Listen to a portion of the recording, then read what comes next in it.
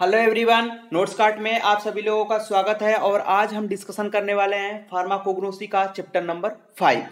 Chapter number 5 की अगर हम बात करें फ्रेंड्स, तो उसमें अगर आप देखेंगे तो बहुत सारी कैटेगरी दे रखी है और उस कैटेगरी के अंतर्गत बहुत सारी ड्रग दे रखी हैं। तो सबका कंफ्यूजन ये आता है कि इस सारी कैटेगरीज को याद कैसे की जाए या इन सारे ड्रग्स को याद कैसे किया जाए। तो बेसिकली इसको याद करने का तरीका है कि आप उसको दो तरीके से याद कर सकते हैं। पहला तरीका आप क्या कीजिए कि जो भी ड्रग्स है उसमें पहले आप देख लीजिए कि प्रीवियस ईयर में कौन सी ड्रग बहुत बार पूछा गया है, यानी कि कुछ कॉमन ड्रग्स निकालिए जो कि बहुत ज्यादा इंपॉर्टेंट है। ठीक है, इस समय करंटली जो भी ड्रग ज्यादा यूज की जा रही होंगी वो ज्यादातर पूछने का चांस होता है। इसलिए आप कुछ इंपॉर्टेंट ड्रग्स को अलग से निकाल लीजिए, यानी उसका अलग से नोट्स बना लीजिए और उसको ही पढ़िए। उससे आपका जो भी एग्जाम होगा वो क्लियर हो जाएगा। या तो दूसरा तरीका आप क्या कर सकते हैं कि मेनली जो भी क्रूड ड्रग है उसमें आप लोगों को फैमिली और उसका साइंटिफिक नेम या बायोलॉजिकल नेम याद करना होगा। आप ये ऐसा कर सकते हैं कि एक पर्टिकुलर फैमिली में आप पर्टिकुलर जो भी ड्रग्स आती हैं उसको एक जगह रख सकते हैं और उसके दूसरे कॉलम में आप उसका बायोलॉजिकल नेम या साइंटिफिक नेम लिख सकते हैं और उसको आप बार बार रिवाइज कर सकते हैं। अगर ओवरऑल बात करें तो इसको पढ़ने का तरीका यही होगा कि आप लोगों को रिवीजन की बहुत ज्यादा जरूरत होगी, क्योंकि इसमें बहुत सारी चीजें याद करने वाली हैं, जैसे कि फैमिली और उसका बायोलॉजिकल नेम। ये दो चीजें अगर आपको याद होता है तो आप पर्टिकुलर आपकी कैटेगरी है उसके हिसाब से उसका यूजेज या उसका कैरेक्टरिस्टिक फीचर्स या उसका थेरेप्यूटिक एफिकेसी आप इससे इजीली लिख सकते हैं। तो सबसे पहले हम बात करेंगे चैप्टर नंबर 5 में हमें डिस्कस क्या करना है, तो चलिए देखते हैं। चैप्टर नंबर 5 में हमें बायोलॉजिकल सोर्सेज, केमिकल कॉन्स्टिट्यूएंट और थेरेप्यूटिक एफिकेसी के बारे में बताना है। और वो कैटेगरी कौन कौन सी होगी, तो लैक्सेटिव हो सकती है, cardiotonics, carminative and GI regulator, astringent, drug acting on nervous system, antitussive, antirheumatics, anti tumour, anti diabetics, diuretics, anti dysenteric, antiseptic and disinfectant, anti malarial. और इसके अलावा भी बहुत सारी कैटेगरीज है और बहुत सारी कैटेगरीज की ड्रग भी आप लोगों को पढ़नी है। ठीक है, तो इतनी सारी कैटेगरी है और इतनी सारी ड्रग है, उसको अगर आप एक साथ पढ़ने की कोशिश करेंगे तो आप कंफ्यूज हो जाएंगे। ठीक है, कंफ्यूज हो जाएंगे और पूरा ड्रग जो है पढ़ नहीं पाएंगे। ठीक है, इसलिए हमने इसको इजीली पढ़ने के लिए, इजीली आप लोगों को बताने के लिए हमने इसको 7 यूनिट्स में डिवाइड किया है। ठीक है, 7 यूनिट्स में डिवाइड किया है और जो भी हमने यूनिट को डिवाइड किया है आप लोगों को उसका पीडीएफ मिल गया होगा। जो लोग व्हाट्सएप ग्रुप में और टेलीग्राम ग्रुप में ज्वाइन है उनमें उसका अपडेट मिल चुका होगा। ठीक है, जो भी 7 यूनिट्स है आप लोग उसको एक बार देख लीजिएगा। उस 7 यूनिट में जो जो ड्रग पढ़ाई जाएगी उसी हिसाब से हमने यहाँ पे वीडियो लेक्चर्स को स्टार्ट किया है। तो उसके टोटल 7 वीडियो लेक्चर्स बनेंगे, जिससे आपका पूरा जो होगा वो कंप्लीट ड्रग्स, जो कंप्लीट क्रूड ड्रग है वो कवर हो जाएगा। ठीक है फ्रेंड्स, तो चलिए सबसे पहले हम बात करेंगे unit number 1, chapter number 5 pharmacognosy unit number 1। और उसमें उसके अंतर्गत हमें लैक्सेटिव और कार्डियोटोनिक्स के biological sources, chemical constituents, therapeutic efficacy के बारे में पढ़ना है। ठीक है फ्रेंड्स, तो ये आप लोग ध्यान रखिएगा। आप लोगों को मैं जब भी ये नोट्स बताऊंगा या जो भी वीडियो लेक्चर स्टार्ट होंगे तो उसमें जो भी इंपॉर्टेंट ड्रग्स होगी या जो भी इंपॉर्टेंट ड्रग्स कई बार पूछी गई हैं उसको मैं हाईलाइट करा दूंगा। आप लोग उसको हाईलाइट कर लीजिएगा और उसको अलग से नोट्स बना लीजिएगा या इसी नोट से पढ़िएगा। ठीक है, अगर आप टाइम ऑफ ड्यूरेशन देखेंगे पीसीआई के अकॉर्डिंग तो 34 आवर्स का आप लोगों को टाइम दिया गया है। इसको कंप्लीट करने के लिए जितनी भी ड्रग्स है उसको 34 आवर्स में कंप्लीट करनी है। तो उस टाइम के अकॉर्डिंग जो भी जितना भी हमने नोट्स बनाया है वो सफिशियंट है। इसके अलावा अगर आप किसी बुक से प्रेफर कर रहे हैं तो आप वहां से भी इसमें कुछ पॉइंट ऐड कर सकते हैं। अगर आपको लगेगा कोई पॉइंट इजी है या कोई पॉइंट इंपॉर्टेंट है उसको आप इसमें नोट्स में ऐड कर सकते हैं और उसको पढ़ सकते हैं। तो चलिए हम स्टार्ट करते हैं। सबसे पहले हम पढ़ेंगे कल लैक्सेटिव के बारे में, लैक्सेटिव क्या होते हैं और वो कैसे काम करते हैं, ये सारी चीजें हम जानेंगे। The drug are the loose the bowel intestine are the drug producing increasing and hosting intestinal evacuation। यानी लैक्सेटिव उस टाइप की ड्रग होती है जो कि हमारे इंटेस्टाइनल वेस्टेज या जो भी हमारा फीकल मैटर, ठीक है, या जो भी हमारा बाउल्स है उसको क्या करता है, लूज करने का काम करता है। यानी कि जो हमारा इंटेस्टाइन है यानी कि आंत है, आंत में जो भी हमारा वेस्टेज मटेरियल है यानी कि उसको बाहर निकालना है तो उसको क्या करने का काम करता है, लूज करने का काम करता है और इजिली उसको इंटेस्टाइन से बाहर निकालने में हेल्प करता है। उसे ही हम क्या बोलते हैं, लैक्सेटिव बोलते हैं। Laxative are indicate as in constipation and evacuation of the bowel prior to diagnostic procedure or surgery। Laxative क्या है, कॉन्स्टिपेशन में भी यूज किया जाता है। जब कॉन्स्टिपेशन में बेसिकली क्या होता है कि इंटेस्टाइन के अंतर्गत क्या होता है, जो आपका वेस्टेज मटेरियल है वो फंसा हुआ रहता है, ठीक है। तो लैक्सेटिव क्या करता है, उसको इजिली ढीला कर देता है, जिससे वो क्या होता है, पास आउट हो जाता है, ठीक है। इसके अलावा जो भी हमारा सर्जरी प्रोसीजर होता है या कोई डायग्नोसिस किया जाता है तो उसमें भी लैक्सेटिव का यूज किया जाता है, ताकि आपका जो इंटेस्टाइन है वो क्या हो जाए, फ्री हो जाए, ठीक है। इंटेस्टाइन क्या हो जाए, फ्री हो जाए, जिसके मूवमेंट के बारे में हमें पता लग सके, ठीक है। ड्यूरिंग द सर्जरी इसका यूज किया जाता है। अगर इसकी एग्जाम्पल की बात करें तो एलोए, कैस्टर ऑयल, स्फेगुला और सेना। अगर इसमें इंपॉर्टेंट की बात करें तो एलोए बहुत ज्यादा इंपॉर्टेंट है, इसके अलावा स्फेगुला, ये जो दो ड्रग है वो बहुत ज्यादा इंपॉर्टेंट है, कई बार एग्जाम में पूछा गया है, इसलिए आप इसको इंपॉर्टेंट मार्क कर लीजिएगा। और एट लीस्ट इसके बायोलॉजिकल नेम और फैमिलीज के बारे में आप लोग ध्यान रखेंगे, ठीक है। चलिए नेक्स्ट हम बात करते हैं एलोए के बारे में। सिनोनिम्स की अगर बात करें तो एलोए वेरा, गोल्डन सील, कैलेंड्यूला, और इसकी जो फैमिली होगी वो क्या है, लिलिएसी। यानी कि इसका सिनोनिम्स अगर आप लोगों को तीन नहीं एक ही याद होता है तो आप लोग यदि एक ही याद कर लेंगे। फैमिली आप लोगों को याद करनी है, कौन सी है, लिलिएसी। तो एलोवेरा की फैमिली हो गई लिलिएसी।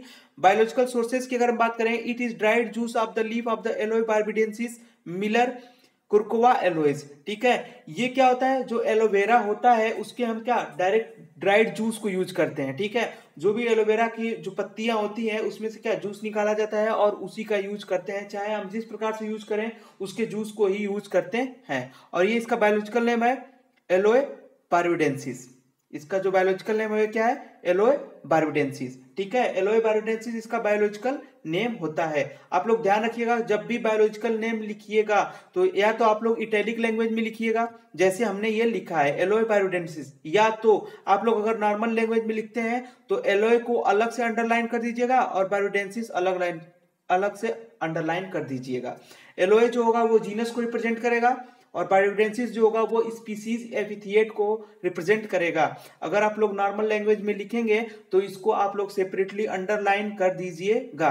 और ये हो गया साइंटिस्ट का नाम। साइंटिस्ट के नेम लिखते समय आप लोगों को ना तो इटैलिक लैंग्वेज यूज करनी है और ना ही अंडरलाइन करना है, ठीक है। और ध्यान रखिएगा कि जब भी आप लोग बायोलॉजिकल नेम लिखिएगा तो जो फर्स्ट लेटर होगा, यानी जो जीनस का जो फर्स्ट लेटर होगा उसको कैपिटल लेटर, बाकी जो भी होगा सब स्मॉल लेटर में लिखने की कोशिश कीजिएगा। ये छोटी छोटी चीजें हैं, अगर आप लोग इसको इंप्रूव कर लेते हैं तो आप लोगों को इजीली कंप्लीट मार्क्स मिल जाएंगे, क्योंकि एग्जामिनर छोटी छोटी चीजों को ही देखता है और उसी के बेसिस पे आप लोगों को मार्क्स दिए जाते हैं। तो अगर ये जो छोटी छोटी चीजें हैं अगर आप उसमें सुधार ला देते हैं तो आप लोगों को कंप्लीट मार्क्स मिल जाएंगे, ठीक है। तो ध्यान रखिएगा फ्रेंड्स, जब भी आप लोग बायोलॉजिकल नेम या साइंटिफिक नेम लिखिएगा तो या तो इटैलिक लैंग्वेज में लिखिएगा या तो नॉर्मल लैंग्वेज में लिखिएगा, तो उसको सेपरेटली अंडरलाइन कर दीजिएगा, ठीक है। नेक्स्ट हम बात करेंगे फिजिकल कैरेक्टरिस्टिक्स के बारे में। तो कलर जो होता है ब्राइट एलोइस कलर का होता है या rich reddish brown to black colour का होता है। आप कहेंगे सर हमने तो हम जो देखते हैं नॉर्मली एलोवेरा वो ग्रीन कलर का होता है। नहीं, ग्रीन कलर का नहीं होता है। जब वो मैच्योर होता है ना तो वो ब्राइट एलोइस कलर शो करता है, और उससे ज्यादा जब मैच्योर होता है तो रेडिश ब्राउन या ब्लैक कलर का भी एलोवेरा होता है फ्रेंड्स, ठीक है। नेक्स्ट अगर ऑर्डर की बात करें तो पेनिट्रेटिंग का मतलब है तीक्ष्ण, यानी कि नाकों में लगने वाला, यानी नाकों में बहुत ज्यादा ही अजीब टाइप की महसूस होती है। पेनिट्रेटिंग का मतलब यही होता है। टेस्ट जो होता है नोजियस एंड बीटर। नोजियस का मतलब होता है मिचली आना और बीटर का मतलब तीक्ष्ण होता है, यानी कि जैसे कि मिचली आने का मतलब जैसे लगता है वोमिटिंग टाइप का होता है, इस टाइप का इसका क्या होता है, टेस्ट होता है और तीक्ष्ण होता है। और साइज होती है वेरियस साइज, बहुत सारे साइज के एलोवेरा आते हैं तो इसलिए इसकी साइज को कोई कंफर्मेशन नहीं है, इसलिए वेरियस साइज आप लिख देंगे। केमिकल कंस्टिट्यूएंट की अगर बात करें, aloe contains the aloe coloured crystalline substances known as aloe barbaloin, carbon glycoside, resin and aloe emodin. यानी कि मेनली इसके केमिकल कंस्टिट्यूएंट जो है वो है एलोई एमोइडिन और बार्बेलोइन। दो इसके केमिकल कॉन्स्टिट्यूएंट मेनली याद रखना है, एलोई एमोइडिन और बार्बेलोइन, दो इसके केमिकल कॉन्स्टिट्यूएंट होते हैं।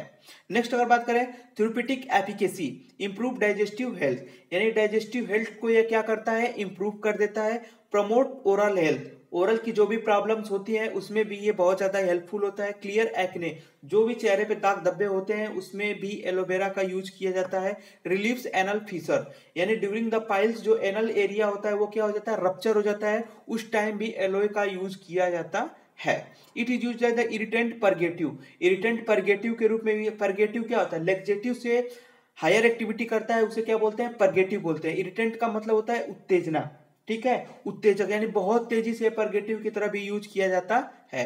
It use to the cosmetic and protective cosmetic और प्रोटेक्टिव के रूप में भी इसका यूज किया जाता है। It also use for the treatment of radiation burn, radiation के द्वारा जो भी बर्निंग हो जाती है उसमें भी एलोवेरा का यूज किया जाता है। ठीक है, तो ये मान लीजिए पर्टिकुलर कैटेगरी का ये पर्टिकुलर यूजेज है। आप लोग बस बेसिकली इसका जो फैमिली है यानी फैमिली कौन सी थी, लिलिएसी, और इसका जो बायोलॉजिकल नेम था वो आप लोग इजिली याद रखेंगे तो आप लोग सारी चीजें इजिली लिख ले जाएंगे। ठीक है, नेक्स्ट हम आगे बात करेंगे castor oil.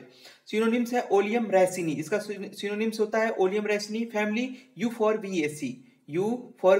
Biological source it is the fixed oil obtained by the cold expression of the kernels of the seeds of the Ricinus communis.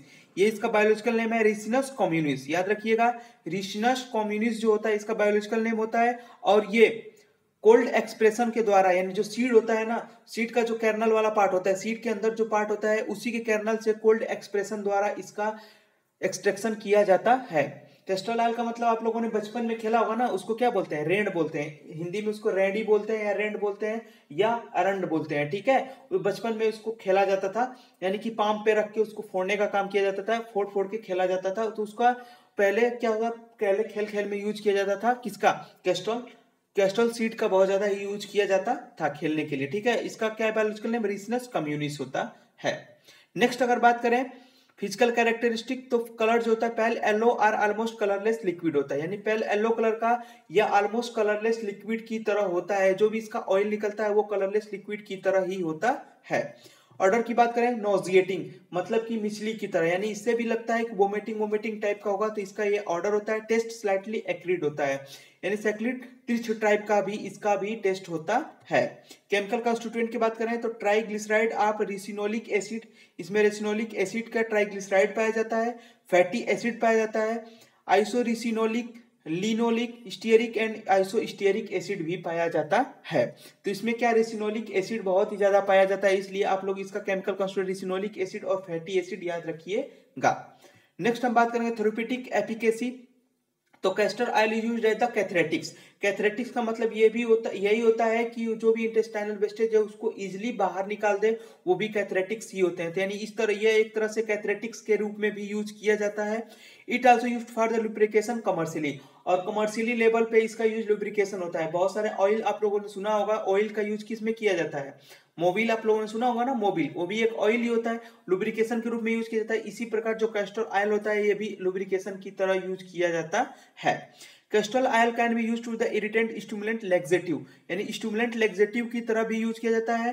Castor oil is the naturally emollient and the few drops may also be use to the remedy dry skin, यानी जो dry skin हो जाती है उसको smooth करने के लिए भी कैस्टर ऑयल का यूज किया जाता है। मसाज ऑयल के रूप में यूज किया जाता है, और हेयर ट्रीटमेंट के लिए भी कैस्टर ऑयल का यूज किया जाता है। Castor oil contain ricinoleic acid और fatty acid that comprises about 90% of the oil.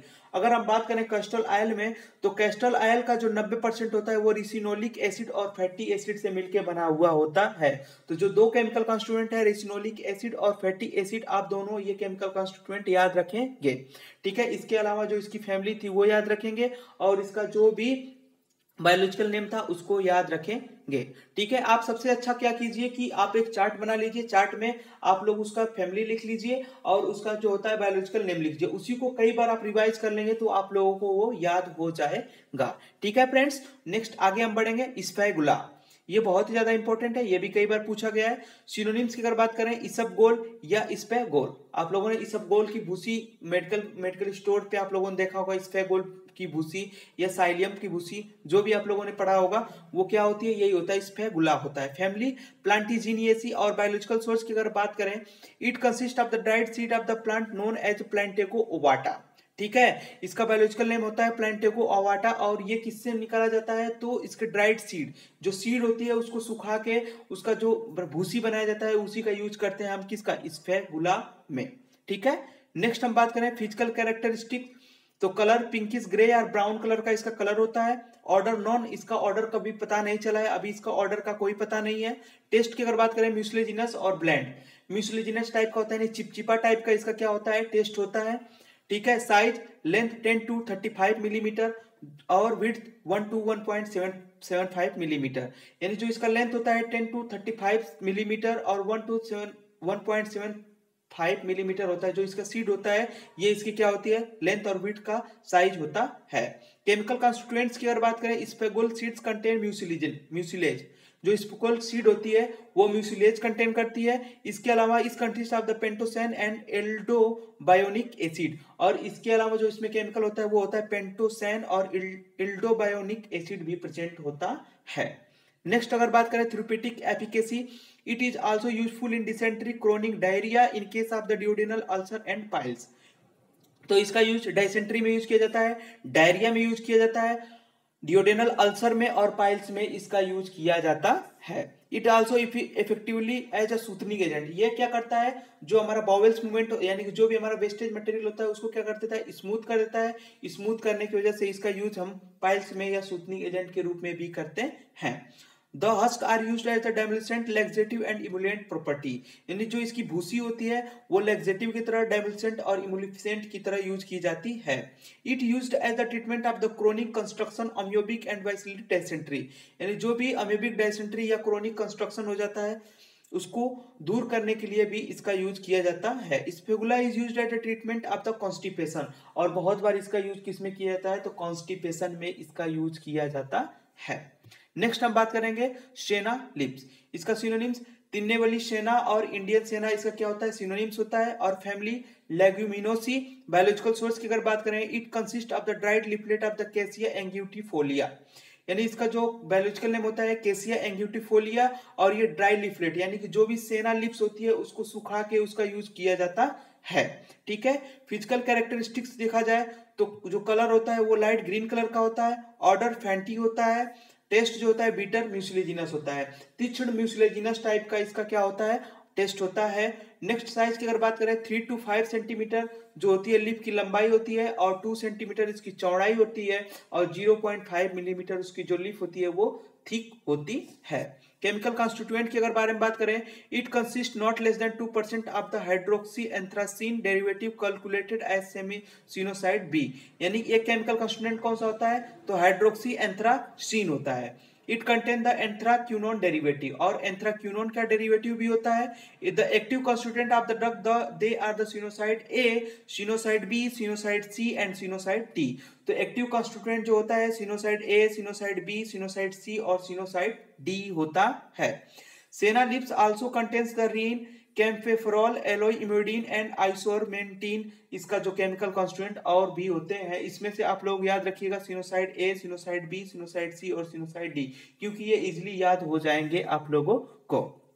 ठीक है। नेक्स्ट बात करेंगे therapeutic efficacy. Senna leaves are used as the laxative, ये एक तरह से लैक्सेटिव के रूप में यूज किया जाता है। It is an irritant purgative due to the presence of the anthraquinone derivative, ये पेरिगेटिव की तरह भी यूज किया जाता है क्योंकि जो एंथ्राक्यूनोन होता है ना वो पेरिगेटिव की तरह बिहेव करता है। It cause the irritation of the large intestine and have some griping effect, ये लार्ज इंटेस्टाइन में इरिटेशन यानी कि उत्तेजित कर देता है लार्ज इंटेस्टाइन को, जिससे ये ग्रिपिंग इफेक्ट शो करता है। They are prescribed along with carminative, बहुत सारे जो कार्मिनेटिव होते हैं उसके साथ भी इसका यूज किया जाता है। Senna is stimulate the cathartics and exert the action by increasing the tone of the smooth muscle in the large intestine, और सेना क्या करता है, सेना जो लार्ज इंटेस्टाइन होती है उसके जो उसमें स्मूथ मसल्स पाई जाती है उसके कंट्रैक्शन को बढ़ा देता है, और जैसे ही उसका कंट्रैक्शन बढ़ जाएगा तो जो हमारा जो बॉवेल मूवमेंट है या वेस्टेज मटेरियल है वो इजीली बाहर चला जाएगा। ठीक है, और हमारी लाइफ बढ़ जाएगी। ठीक है, तो ये होता है सेना का यूज। इसमें हमने 4 ड्रग्स के बारे में पढ़ा, पहले हमने पढ़ा एलोई के बारे में, नेक्स्ट पढ़ा हमने कैस्ट्रोल ऑयल के बारे में, उसके बाद पढ़ा स्पेगुला, और लास्ट हमने पढ़ लिया सेना लिप्स के बारे में। आप लोग कोशिश कीजिएगा आप लोग की इसका बायोलॉजिकल नेम और उसके अलावा उसकी फैमिली याद रखी जाए। ठीक है, नेक्स्ट हम बात कर लेंगे कार्डियोटोनिक्स। कार्डियोटोनिक्स क्या होती है, कार्डियोटोनिक्स एसिड ड्रग्स होती है जो कि कार्डियक मसल और कार्डियक एक्टिविटी को इंप्रूव करता है, उसी को हम क्या बोलते हैं, कार्डियोटोनिक्स बोलते हैं। The drug which gives the strength और energy to the activity of the heart, यानी कि हार्ट की एक्टिविटी को स्ट्रेंथ यानी कि स्ट्रेंथ को बढ़ा दे या हार्ट की एक्टिविटी को इंप्रूव कर दे, उसी को हम क्या बोलते हैं, कार्डियोटोनिक्स बोलते हैं। Cardiotonics drug increase the force of the contraction of the muscle myocardium of the heart, जो भी हार्ट की मसल होती है उसको क्या बोलते हैं, मायोकार्डियम बोलते हैं, उसकी एक्टिविटी को इंप्रूव कर देता है, उसी को हम क्या बोलते हैं, कार्डियोटोनिक बोलते हैं। उसका example digitalis, strophanthus equal, arjuna बार, ठीक है, ये इसके क्या है, कार्डियोटोनिक्स के एग्जांपल होते हैं। ठीक है, अब इसमें बात करेंगे क्लासिफिकेशन, तो कुछ इंपॉर्टेंट इसके क्या है, जो केमिकल कॉन्स्टिट्यूएंट है कुछ इंपॉर्टेंट वो यूज किए जाते हैं, उसके बारे में हम डिस्कशन करेंगे। सबसे पहला होता है डिजॉक्सिन। ठीक है, डिजॉक्सिन इसका केमिकल कॉन्स्टिट्यूएंट है जो कि कार्डियोटोनिक्स के रूप में यूज किया जाता है। तो digoxin is use to treat the heart failure usually along with other medication, यानी कि हार्ट फेलियर के दौरान डिजॉक्सिन का यूज किया जाता है और यह अदर मेडिकेशंस के साथ भी यूज किया जाता है हार्ट के एक्टिविटी को इंप्रूव करने के लिए। It is also use to treat a certain types of the irregular heart beat, जब हार्ट बीट की एक्टिविटी जो होती है इरेगुलर हो जाती है तब भी डिजॉक्सिन का यूज किया जाता है। क्रोनिक आर्टेरियल फाइब्रिलेशन, और जब हार्ट की जो आर्टरी होती है वो फाइबरस टाइप की हो जाती है उसको दूर करने के लिए भी डिजॉक्सिन का यूज किया जाता है। Digoxin is one of the oldest medication used in the field of the cardiology. Digoxin एक ओल्डेस्ट केमिकल कॉन्स्टिट्यूएंट होता है जो कि कार्डियोलॉजी फील्ड में बहुत ही ज्यादा यूज किया जाता है और बहुत पहले से यूज किया जाता है। ठीक है, इसलिए ये बहुत ही ज्यादा इंपॉर्टेंट कॉन्स्टिट्यूएंट है, इसको आप लोग ध्यान रखिएगा।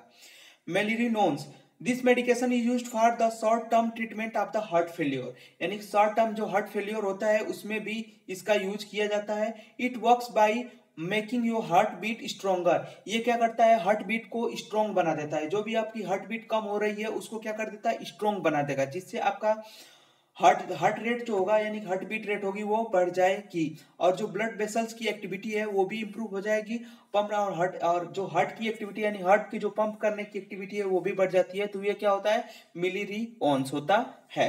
नेक्स्ट हम बात करें dexrazoxane, the heart from damage of the continue treatment with chemotherapy agent known as anthracyclines in women with breast cancer. Dexrazoxane जो होता है वो हार्ट की जो कीमोथेरेपी की जाती है, यानी हार्ट जब आपका क्या होता है रेगुलर काम नहीं करता है तो उसमें जब कीमोथेरेपी की जाती है तो डेक्साजोक्सेन का यूज किया जाता है। इसके अलावा ब्रेस्ट कैंसर के दौरान भी डेक्साजोक्सेन का यूज किया जाता है। Phenylephrine is the decongestant that is used to treat stuffy nose and sinus congestion caused by the common cold, hay fever or other allergies। Phenylephrine का यूज भी कार्डियोटोनिक्स के रूप में यूज किया जाता है। फिनाइलएफ्रिन बेसिकली क्या करता है कि जो भी हमारी आर्टरीज है वो जो नैरो हो जाती है उसको क्या कर सकता है, उसको इंप्रूव करने का काम करता है, उसकी एक्टिविटी को बढ़ाने का काम करता है, इसलिए इसका यूज किया जाता है कार्डियोटोनिक्स के रूप में। नेक्स्ट हम बात करें lisinopril. Lisinopril is use to treat the high blood pressure, यानी हाई ब्लड प्रेशर के दौरान भी लिसोनोप्रिल का यूज किया जाता है। ठीक है, dopamine is a medication for a substance that occurs naturally in the body. It works bye improving the pumping strength of the heart and improve the blood flow of the kidney. Dopamine जो होता है वो हमारी body के अंतर्गत secrete होता है, हमारी बॉडी के अंतर्गत बढ़ता है और ये हमारी क्या करती है, हार्ट की पंपिंग एक्टिविटी को इंप्रूव कर देता है। इसके अलावा किडनी से जो ब्लड के फिल्ट्रेशन होता है उसकी एक्टिविटी को भी इंप्रूव कर देता है। तो ये हो गया कुछ केमिकल कॉन्स्टिट्यूएंट जो कि हमारे हार्ट एक्टिविटी को इंप्रूव करने के लिए यूज किए जाते हैं। ठीक है, ये चीजें आप लोगों को ध्यान रखनी होगी। ठीक है, सबसे अब इसमें बात करेंगे ड्रग्स के बारे में। तो सबसे पहला इसमें ड्रग्स है डिजिटैलिस होता है, यहाँ पे देखिए बाय मिस्टेक डिजिटैलिस होना चाहिए, डिजिटैलिस यहाँ पे स्पेलिंग मिस्टेक है, थोड़ा आप लोग इसको बना लीजिएगा।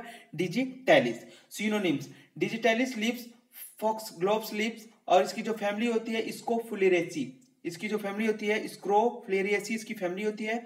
बायोलॉजिकल सोर्स के अगर बारे में बात करें, it consist of the dried leaf of digitalis purpurea, यानी कि ये भी डिजिटैलिस एंड ड्राइड लीफ से इसकी जो ड्रग होती है क्रूड ड्रग होती है ड्राइड लीफ से बनाया जाता है और इसका नाम क्या है, डिजिटैलिस परप्यूरिया। और इसको क्या किया जाता है, 60 डिग्री से कम टेम्परेचर पे रखा जाता है और ये लीफ से कलेक्ट किया जाता है। नेक्स्ट फिजिकल कैरेक्टरिस्टिक्स के बारे में बात करें तो colour dark greyish green colour का होता है, ऑर्डर स्लाइट होता है, टेस्ट बीटर, और जो साइज होता है 10 to 40 सेंटीमीटर लॉन्ग और 4 to 20 सेंटीमीटर वाइड होता है। केमिकल कंस्टिट्यूएंट की अगर बात करें तो cardiac glycoside कार्डियोनोलोडाइडेज 0.2 to 0.45% per purine glycosides. They also contain few other glycoside like adenoside H, glucogitaloxine, gitaloxine, verodoxin and glucoverodoxin, ये इसके केमिकल कॉन्स्टिट्यूएंट होते हैं। आप लोग कोशिश कीजिएगा 1 से 2 इसके केमिकल कॉन्स्टिट्यूएंट याद कर लीजिएगा। बहुत सारे याद करेंगे आप लोग कंफ्यूजन क्रिएट हो जाएगा और कुछ भी याद नहीं होगा, इसलिए आप लोग लिमिटेड चीज याद करने की कोशिश कीजिएगा, क्योंकि ये चैप्टर इतना बड़ा है ना कि पढ़ते रहेंगे तो पढ़ते रहेंगे, बहुत सारी चीजें पढ़ते ही रह जाएंगे। अगर इसके अलावा आप लोग कोई बुक्स प्रेफर कर रहे हैं, अगर वहां से कोई आप लोग इंपॉर्टेंट पॉइंट्स या इजी पॉइंट लग रहे हैं तो आप इसमें इसको ऐड कर लीजिएगा और नोट्स को पूरा पढ़ने की कोशिश कीजिएगा। नेक्स्ट हम आगे बात करेंगे थ्योरेटिक एफिकेसी के बारे में। It is effective in congestive cardiac failure to increase the cardiac output and relieve the venous congestion, यानी कि इसका यूज क्या किया जाता है, कार्डियक फेलियर के दौरान भी इसका यूज किया जाता है और इसके अलावा कार्डियक आउटपुट को बढ़ाने के लिए इसका यूज किया जाता है। और वेनस कंजेशन, जब आपकी वेन्स होती है, जब आपकी वेन्स को कंजेस्टेड हो जाती है, उसको दूर करने के लिए भी डिजिटलिस का यूज किया जाता है। The drug is also used to slow rate of the ventricular contraction in patient with atrial fibrillation or flutter, यानी कि जब भी आपकी कार्डियक आर्टरी में यानी कि फाइब्रेशन हो जाता है तो आपका जो कार्डियक आउटपुट होगा या आपकी जो हार्ट बीट की रेट होगी वो स्लो हो जाएगी, उसको भी इंप्रूव करने के लिए डिजिटलिस का यूज किया जाता है। Digitalis directly increase the contractile power of the heart muscle, यानी हार्ट मसल की पावर को इंक्रीज करने का काम करता है, और जो वीक आपकी हार्ट मसल जो वीक हो गई है उसको इंप्रूव करने का काम करता है। उसके अलावा कार्डियक मसल को एक्साइटेड करने का भी काम करता है कौन, डिजिटलिस। ठीक है, ये बहुत सारे यूजेज होते हैं डिजिटलिस के। नेक्स्ट हम बात करेंगे अर्जुना, सिनोनिम्स अर्जुना बार्क और अर्जुन। फैमिली क्या है, कॉम्ब्रिटिएसी। बायोलॉजिकल सोर्स की अगर हम बात करें तो arjuna consist of the dried stem bark terminalia arjuna, यानी ये भी ड्राइड स्टीम से मिलता है, यानी कि टर्मिनेलिया अर्जुना इसका बायोलॉजिकल नेम है और इसके स्टीम जो होती है उसके बार्क को हम यूज करते हैं। ठीक है, छाल को यूज करते हैं। अर्जुना जो होती है ड्रग के रूप में हम छाल के रूप में यूज करते हैं। केमिकल कॉन्स्टिट्यूएंट की बात करें, it contains the triterpenoids saponins arjunolic acid arjunic acid arjungenin. It also contain beta sitosterol, ये बहुत ही इंपॉर्टेंट केमिकल कॉन्स्टिट्यूएंट है। इरिजिक एसिड एंड अर्जुनिक एसिड भी बहुत ज्यादा इंपॉर्टेंट है, इसलिए आप लोग केमिकल कॉन्स्टिट्यूएंट भी याद रखिएगा। नेक्स्ट बात करते हैं फिजिकल कैरेक्टरिस्टिक्स। कलर जो होता है ग्रेइश ब्राउन कलर का। ऑर्डर नॉन, यानी कि इसका ऑर्डर अभी पता नहीं चला है। टेस्ट एस्ट्रीजेंट होता है। साइज वेरियस साइज पीसेस के रूप में, इसकी जो छाल होती है यानी कि जो स्टीम बार्क होता है वो पीसेस के रूप में होता है, तो आप किसी साइज का भी पीस आप ले सकते हैं, इसका कोई साइज फिक्स नहीं होता है। जो शेप होता है वो फ्लैट होता है। फ्रैक्चर जो होता है शॉर्ट होता है। ठीक है, जो इसका फ्रैक्चर होता है यानी जो इसका डिवीजन होता है वो शॉर्ट होता है। नेक्स्ट हम बात करेंगे theoretic efficacy. The bark of the arjuna is astringent, sweet, acrid, cooling, athrodistic, urinary astringent and expectorant, but chiefly used in the cardiotonics as improve the blood supply to the heart, यानी इसका बहुत ज्यादा work होता है, लेकिन ये cardiac glycoside के रूप में यूज किया जाता है ब्लड की जो सप्लाई है उसको बढ़ाने के लिए। इसके अलावा यूरिनरी एस्ट्रीजेंट, एक्सपेक्टोरेंट, एफ्रोडिडेसिक के रूप में भी ये बहुत ज्यादा यूज किया जाता है। It also useful in the ulcer treatment में भी अर्जुना यूज किया जाता है। फ्रैक्चर्स में भी यूज किया जाता है। सिरोसिस में भी यूज किया जाता है। इस्केमिक हार्ट डिजीज के रूप में और हाइपरटेंशन में भी बहुत ज्यादा यूज किया जाता है। ठीक है, तो आप लोग क्या कीजिएगा, सबसे पहले आप लोग कॉमन जो भी कॉमन कैटेगरी, जैसे हमने पढ़ा क्या लैक्सेटिव, तो लैक्सेटिव के कुछ कॉमन यूजेज को आप याद कर लेंगे। उसके बाद आप जो भी पर्टिकुलर ड्रग है उसमें उसके यूज को ऐड करते चले जाएंगे तो आप उसको इजीली लिख लेंगे। ठीक है, बस आप लोगों को याद रखना है कि आप लोगों को फैमिली और उसका बायोलॉजिकल नेम ही याद रखना है। इसलिए आप क्या कीजिए, कोशिश कीजिए कि आप लोग चार्ट प्रिपेयर कीजिए जिसपे आप लोग एक कॉलम में ड्रग लिखिए और दूसरे कॉलम में उसकी फैमिली और तीसरे कॉलम में उसके बायोलॉजिकल नेम को याद रखिए। उसको कई बार रिवाइज करेंगे, रिवाइज करने से आप लोगों का याद हो जाएगा। रिवाइज करने के अलावा कोई भी तरीका नहीं है जिससे आप लोग इसको इजीली पढ़ सकें। ठीक है फ्रेंड्स, तो इसको रिवाइज करते रहिए। आप हमसे जुड़े रहने के लिए आप हमारे टेलीग्राम और व्हाट्सएप ग्रुप को भी ज्वाइन कर लीजिए फ्रेंड्स। क्योंकि उस पर जो भी अपडेट्स हैं आप लोगों को ग्रुप में अपडेट कर दिए जाते हैं, इसलिए आप हमारे यूट्यूब हमारे टेलीग्राम और व्हाट्सएप ग्रुप को भी ज्वाइन करते रहिए। ठीक है फ्रेंड्स, नेक्स्ट हम मिलेंगे अगली क्लास में। और इसके अलावा जो भी इसके नोट्स हैं वो हमारी वेबसाइट नोट्स कार्ड पे अवेलेबल हैं, आप वहां से डायरेक्ट नोट्स को कॉपी कर सकते हैं और वहां से उसको पढ़ सकते हैं फ्रेंड्स। तो चलिए मिलते हैं नेक्स्ट अगली क्लास में। Thank you for watching friends, thank you to all of you friends.